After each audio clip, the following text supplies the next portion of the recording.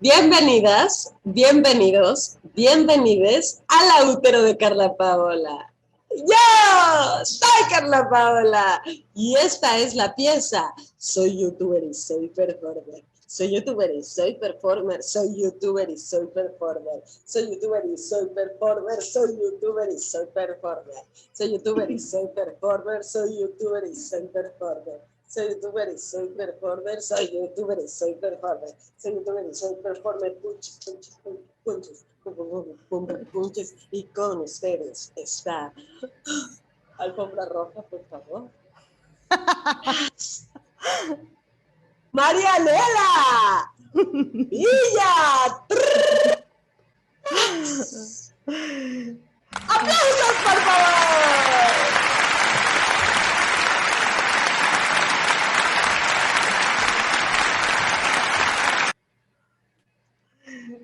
Hola, hola. Hola, Carla, ¿cómo estás? Yo estoy muy feliz de tenerte en la útero de Carla Paola Marianela Villa. ¿Cómo estás tú? Muy bien, muy contenta de que me hayas invitado. Contenta de verte.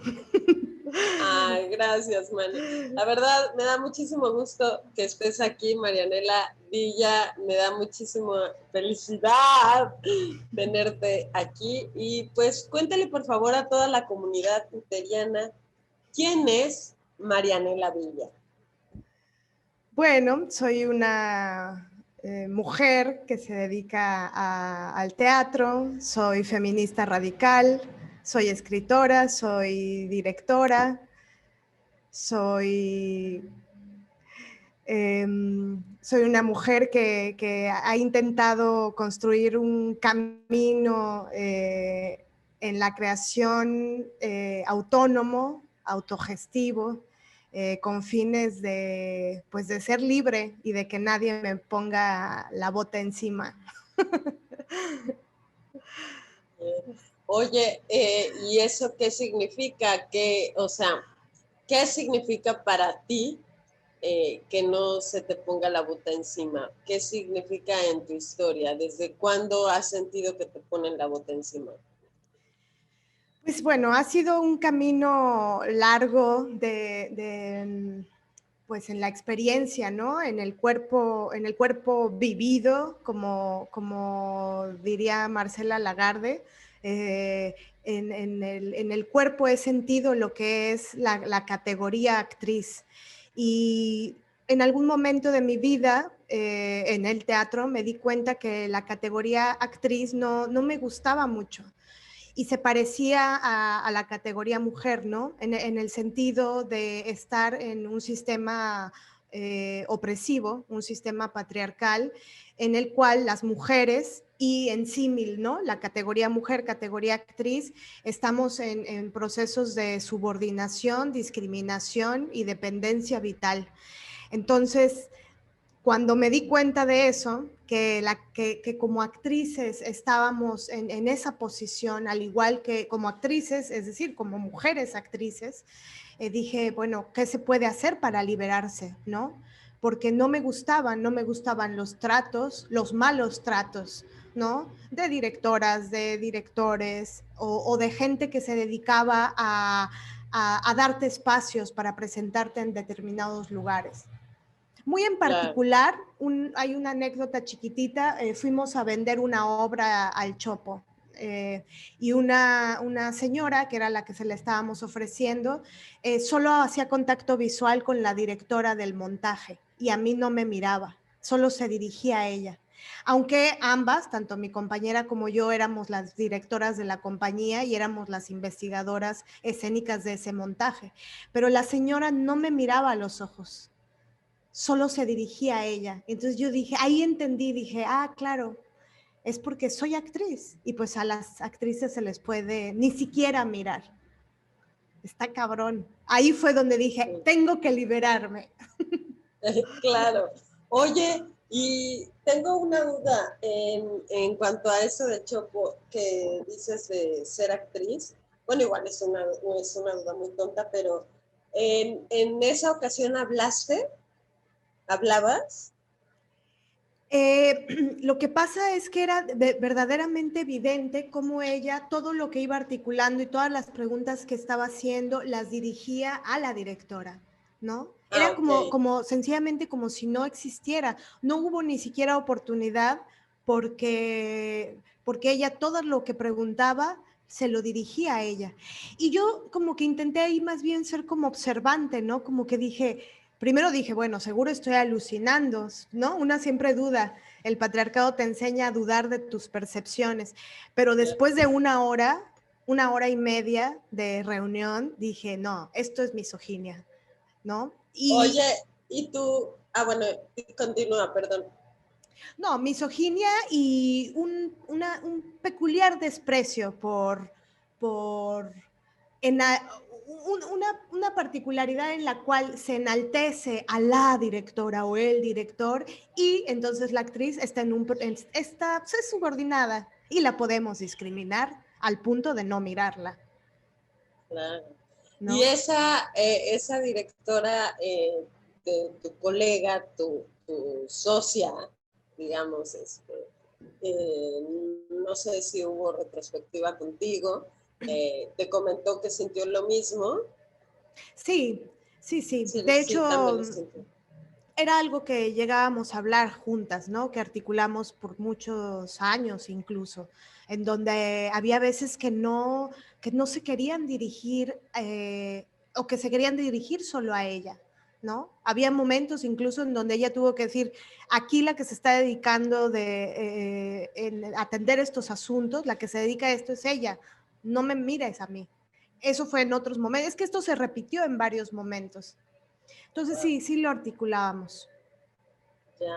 Entonces, bueno, pues conforme han ocurrido este tipo de acontecimientos, te has ido enfocando a nombrarlos conforme tu presentación, así lo has dicho, ¿no? ¿Perdón? ¿Cómo? Que conforme, o sea, como tu presentación lo dijiste, eh, dijiste, bueno, la presión de las botas, ¿no? O sea, en tu historia así ha ido ocurriendo y así entonces has tomado esas decisiones para ir haciendo tu quehacer, ¿no?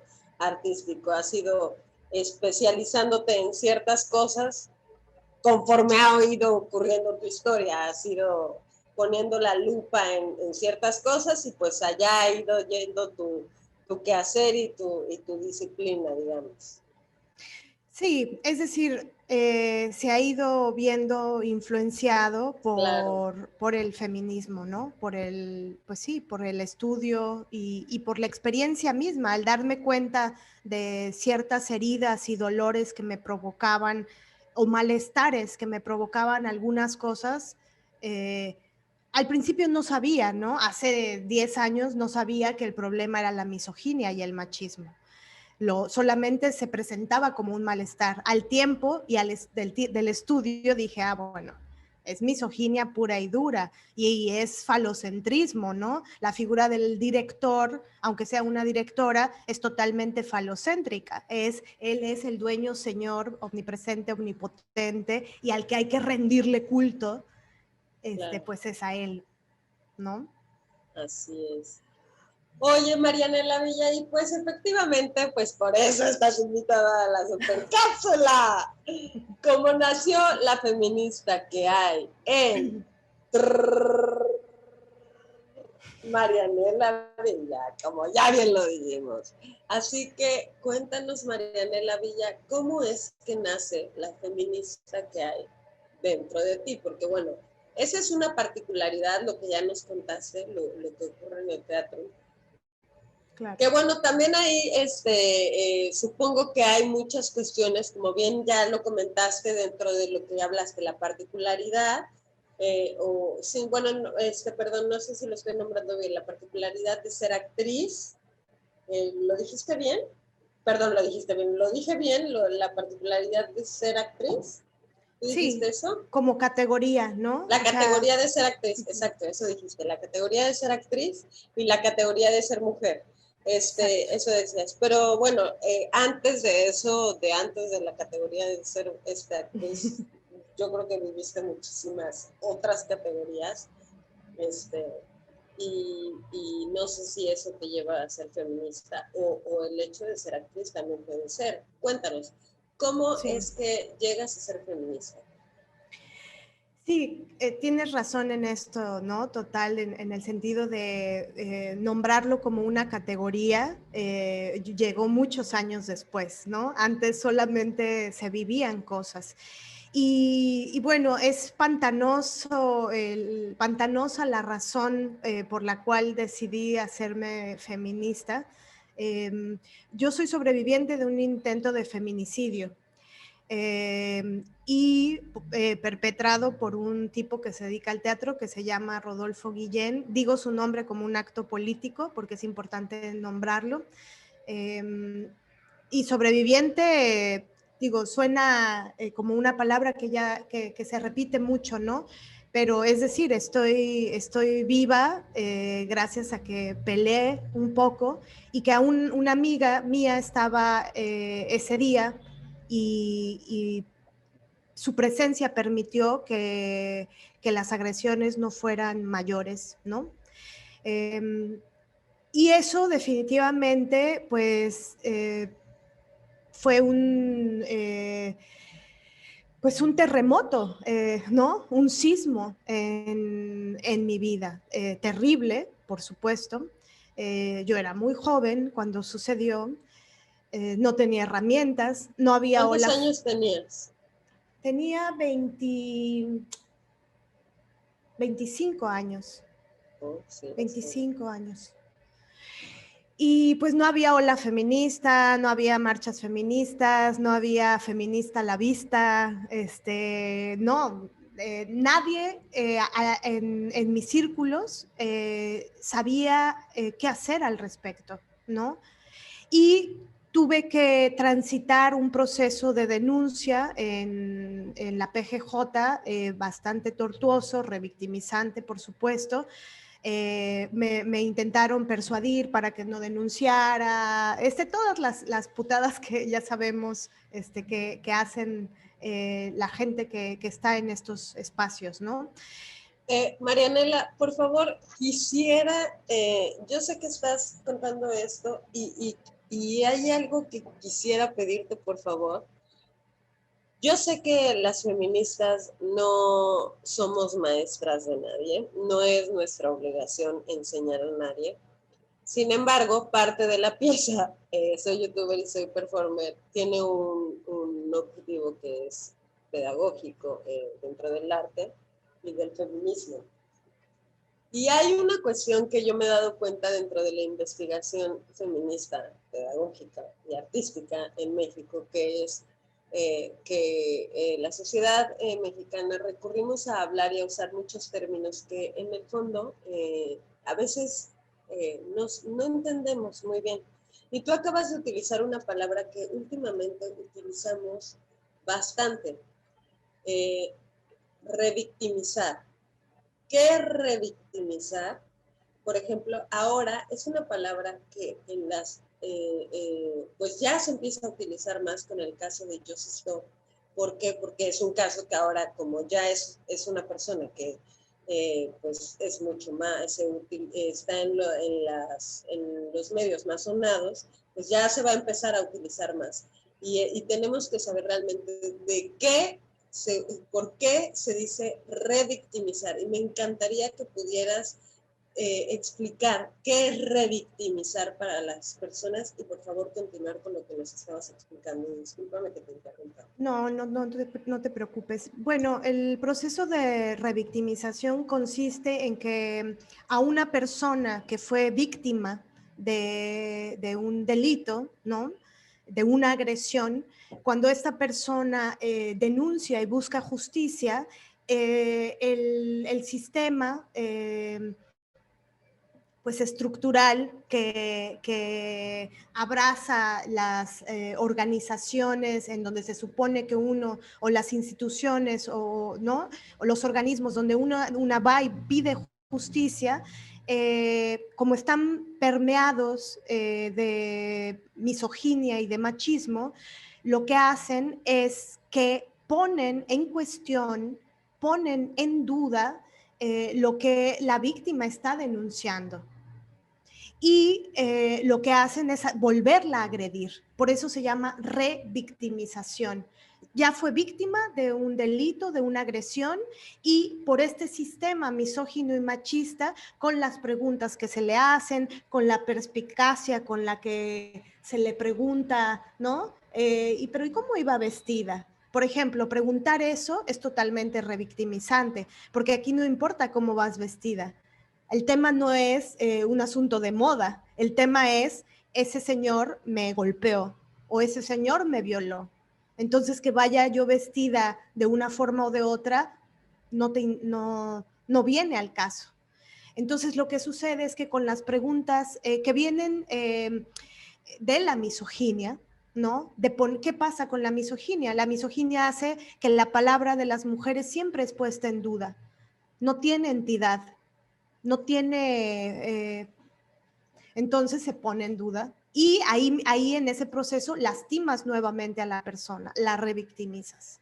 Como bien dijiste, ¿no? La revictimización es volver a violentar a la persona emocional, física o sexualmente, punto. Punto. Volver a violentarla. ¿Por qué? Porque ya se violentó. O sea, está de antemano comprobado que ya se violentó. Y lo que se está haciendo es volver a hacerlo. Eso es revictimizar. Sí. ¿No? Gracias. Y bueno, puedes continuar. Gracias. Sí, pues bueno, este suceso en mi vida me hizo transitar pues sola, porque no había quien me acompañara, ni había gente con herramientas para acompañarme.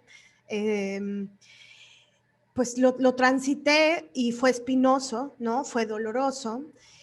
Y ahí tuve la necesidad de buscar ayuda, ¿no? De buscar respuestas a lo que me estaba sucediendo.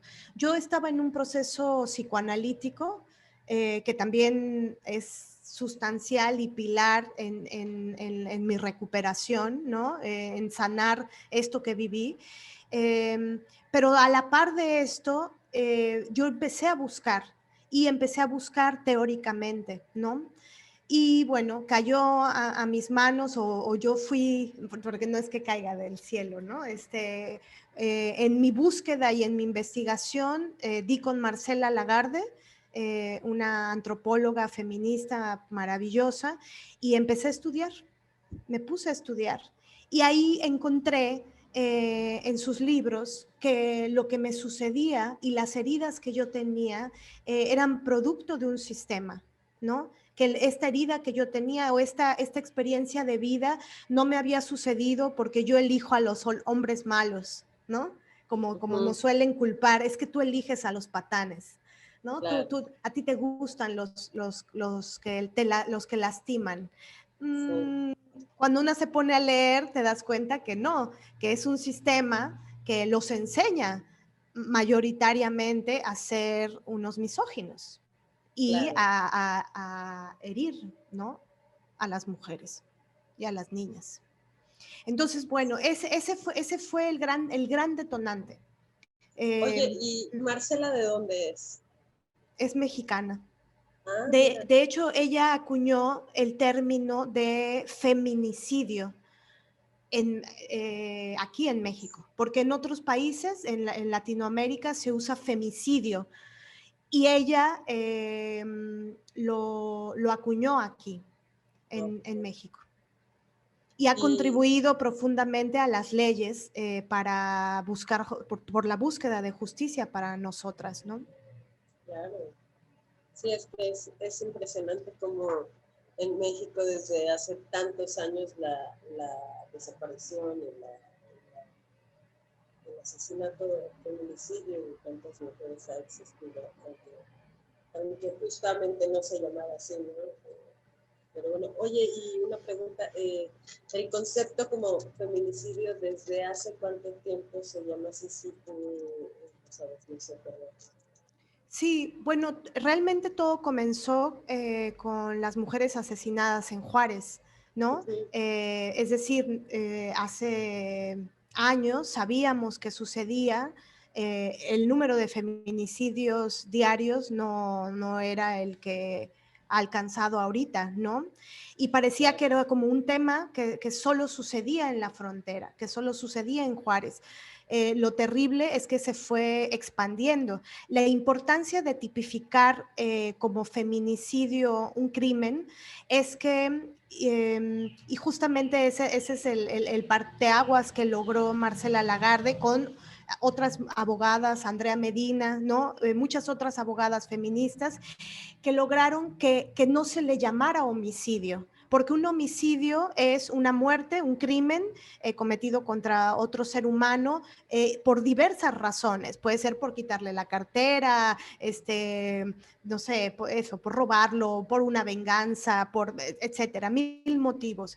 La importancia de tipificarlo como feminicidio es que el crimen de odio por ser mujer tiene unas características particulares. Una de ellas es que el feminicidio siempre va acompañado de violencia sexual.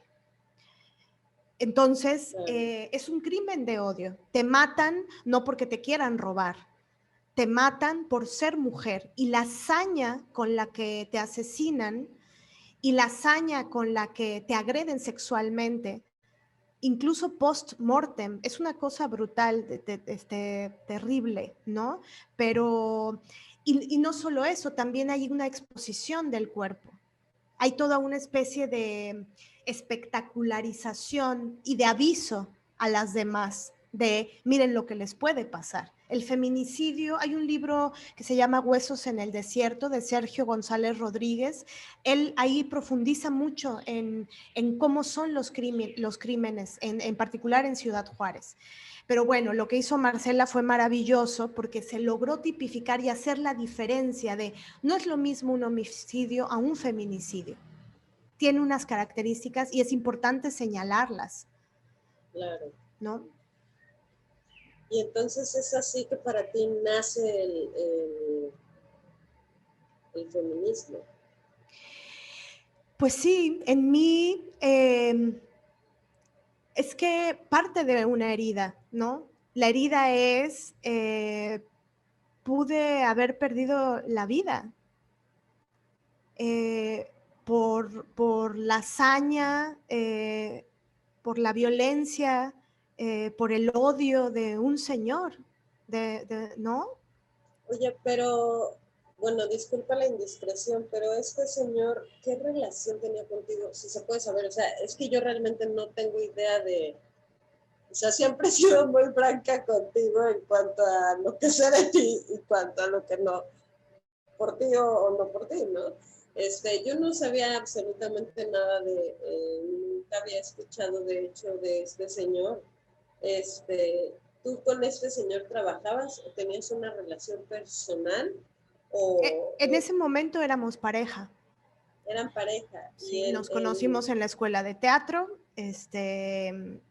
y finalizó la escuela y comenzamos una relación. Teníamos un año de andar juntos y sucedió esto. Sí, es decir, y él ahorita que está preso, tiene no, alguna orden de restricción. yo hice una denuncia, ¿no? Fui a la PGJ, hice mi denuncia, me hicieron mi... Lo que pasa es que yo estaba verdaderamente muy herida cuando sucedió esto. Entonces, el parte médico me lo hicieron en la PGJ. Me lo hicieron en un, ¿no? Sí. Entonces, después de esto, de tener el parte médico, yo fui a hacer mi denuncia formal, me pasaron a un peritaje psicológico, fueron como una serie de pruebas, pasé con una serie de señores que literal me decían, señorita, pero usted va a regresar con él. ¿Segura quiere denunciarlo? Eso es revictimización, misoginia y machismo puro y duro, ¿no? Y aún así seguí, continué.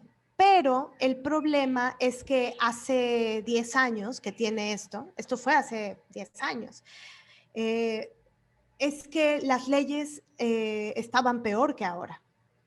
Y la PGJ me mandó un oficio a mi casa diciéndome que no procedía la denuncia porque no era violencia intrafamiliar, porque no vivíamos juntos. Lo cual es una estupidez por todos lados, ¿no? Entonces Claro, si no vives con el señor, entonces no se puede tipificar como violencia intrafamiliar, como si por no ser... corrías riesgo. Exactamente. ¿No? Pero lo que me parece que es muy importante de este caso es que los que lo cometen no son unos monstruos, ¿no? No son unos monstruos llenos de verrugas que están con una capa en una esquina una noche.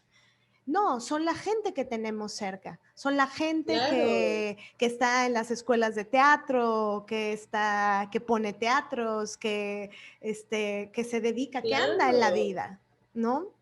Hijos claro. sanísimos del patriarcado. Eso es lo que Es, son. es que, ¿sabes qué? Yo de verdad creo que enloquezco cada segundo más, o sea, y lo acepto y enloquezco porque cada segundo más te das cuenta que cada persona más cuerda es cada persona menos crítica. O sea, solo hay que ser un poco más crítico o más crítica para darte cuenta de que lo único que se necesita es eso, ser crítico para poder ver la realidad. O sea, no se trata de ser una buena o mala persona, porque aparte de eso, eso ya ni existe. O sea, eso era de los tiempos bueno, que ya ni nos tocaron. La verdad, la neta, o sea, por favor, ¿no? O sea, es demasiada la violencia que estaba puesta en juego para nosotras, es demasiada la violencia que está puesta todo el tiempo y es demasiado lo que ya no estamos dispuestos a aguantar muchísimas personas. Pero también a veces a mí, o sea, yo que soy sincera, siento que enloquezco en ese sentido, ¿no? Como de decir, ay, pero es que todo el mundo es demasiado para o sea, yo sé que son muchas feministas, pero para esta oleada feminista de tanta mierda machista que hay, la verdad. O sea, ya le urge al mundo entender, escuchar, de verdad. Ya le urge, ya necesitan, ya se les está cayendo la cabeza a mierda de mierda a pedazos. Ya. Exacto, totalmente. Sí, o sea, es decir, ha llegado a lugares pandémicos, ¿no? Es Sí, decir, que haya exacto. 11 feminicidios diarios es una locura, es verdaderamente terrible. Pero bueno, los gobiernos son cómplices, por supuesto, sin Claro, duda. súper cómplices. Los gobiernos, los tíos, los sobrinos, los Exacto, papás, todos. exacto. O Sí, sea, todos, la verdad.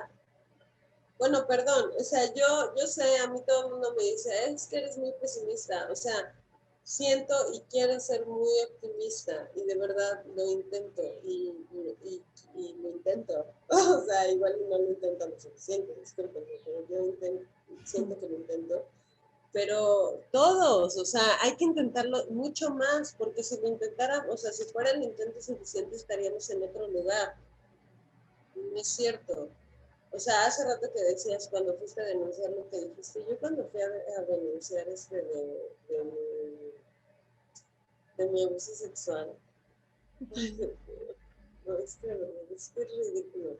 Me dijo el estúpido, o sea, la persona que escribe sobre cómo pasaron los hechos, me dice, ¿y cómo eran los labios? Y yo, no me acuerdo. Y me dice, ¿cómo no te vas a acordar? O sea, ¿sí me qué explico? brutal. O sea, yo en Claro, ese momento quería romperle la madre, de claro. verdad. Bueno, no la madre, o sea, pero de verdad La quería, cara, sí, romperle o la sea, nariz. estrujarle la nariz, de verdad. Y Claro, cómo no. decir, o sea, y yo ya sabía que no iba a pasar nada en ese momento. ¿no? Por supuesto, porque si esa persona está haciendo eso, o sea, y hablándome de lo que consumía y que no sé qué, y, o sea, qué brutalidad, ¿no? Pero lo mismo pasa también con la persona de la fiesta a la que fui, que me la hizo de jamón, que porque creyó que yo salía con el amigo de, no, con la pareja de su amiga.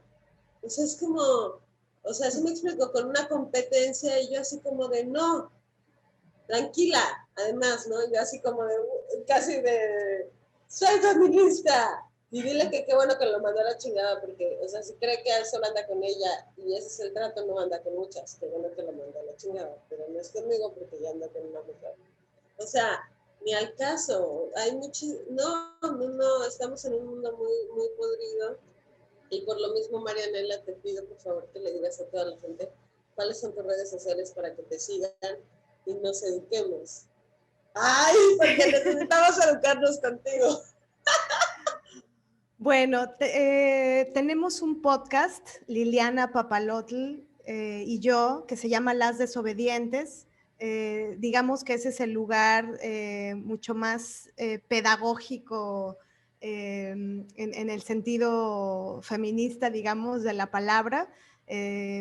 Y ahí, bueno, ahí nos pueden escuchar. Tenemos una página de Facebook que se llama así, Las Desobedientes, Guerrilla con Letra Feminista.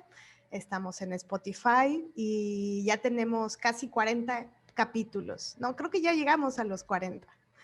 Entonces, es un proyecto que amo mucho. Mi deseo de vida está profundamente tejido con ese proyecto que creamos Liliana y yo. Ella es mi compañera, tenemos muchos proyectos que están cocinándose y que van en relación con hacer una intersección entre arte y feminismo, ¿no? Arte feminista y profundizar en nuestros dolores y en nuestras heridas de vida y articularlas escénicamente de modo que puedan llegar a muchas más personas, ¿no? Por ejemplo, ella y yo hicimos una obra que se llama Mujeres de Ojos Valientes. Hicimos una gira por Cuernavaca, Morelos, en secundarias y preparatorias. Fue muy tremendo porque es una obra que habla sobre trata de niñas y mujeres con fines de explotación sexual, ¿no? Es decir, es una denuncia ante este tema brutal y terrible. Y era tremendo darnos cuenta de cómo las niñas, las jovencitas, en lugares de tremenda vulnerabilidad como es Morelos, que hay la tasa de feminicidio ahí es alarmante, ¿no? Y ellas necesitaban escuchar cosas, ¿no? Es decir, sí se necesita que más personas, más mujeres feministas hagan obras, hagan podcast, hagan artículos para que se expanda, ¿no? Porque es decir, a veces hay acceso, fácil acceso, pero hay lugares en donde no. Sí. Y hay que intentar llegar allá, ¿no? Sí, la verdad es que sí necesitamos que hagas más cosas, Mariana. Sí. Necesitamos que hagas muchas cosas, Mariana, porque necesitamos ponernos a estudiar mucho de lo que sabes. Necesitamos exprimirte, Mariana. Yo ya quiero toda heteropatriarcal, ¿no? Ya te quiero sacar todo el nudo, Marianela. No, no es cierto. Oye, pues me da muchísimo gusto haberte tenido aquí. Muchas gracias por compartirnos lo que nos compartes. La verdad es que no había nunca tenido el gusto de poder platicar contigo y es muy hermoso poder platicar contigo en esta ocasión. Yo también te lo agradezco. Te lo agradezco mucho, Carla, porque no necesariamente se sabe de dónde proviene uno, ¿no? Es decir, es feminista, pero ¿por qué es feminista? Y es importante enunciar las heridas. Para mí eso es vital en mis procesos pedagógicos también y artísticos, escénicos. A mí un epicentro o sustancia de todas mis creaciones van en relación con la herida, ¿no? Con mi propia herida. Y en ese sentido, volver a recordar y enunciarlo me parece nuevamente, me parece que es un acto político necesario, y ver como tu genealogía feminista, ¿no? Como de dónde vienes, cuál es pues el lugar desde donde partió. Lo triste es que pues uno parte pues de lugares que son dolorosos. Ojalá no se necesitara el feminismo en el mundo, ¿no? Pero bueno, no ese es el mundo que tenemos. Entonces, que se propague el feminismo, y en particular el feminismo radical, recuperar la genealogía del feminismo radical a nivel teórico, me parece sustancial. Sí, de hecho quisiera invitarte así a hacer más cosas porque tengo muchas dudas, pero, o sea, dudas que yo quisiera incluso aclararle a mucha gente, ¿no? Que sé que es interesante o sea, que es interesante de aclararnos, no sé igual y si tú lo tienes resuelto o no, supongo que sí, pero no sé, ¿no? Y porque pues creo que es bueno, o no sé si bueno, pero al menos necesario dialogarlo. Pero pues muchísimas gracias, ya se va a cortar la videollamada, yo también cuando salga todo esto y pues este es tu canal, cuando tú quieras aquí eres bienvenida. Muchísimas gracias. Muchas Gracias gracias, Carla. gracias a ti. Y Fernando, y muchas felicidades por tu proyecto y tu programa. Me Ay, encanta. no, gracias a ti, gracias a ti. Y pues recuerden, uterianas, uterianos,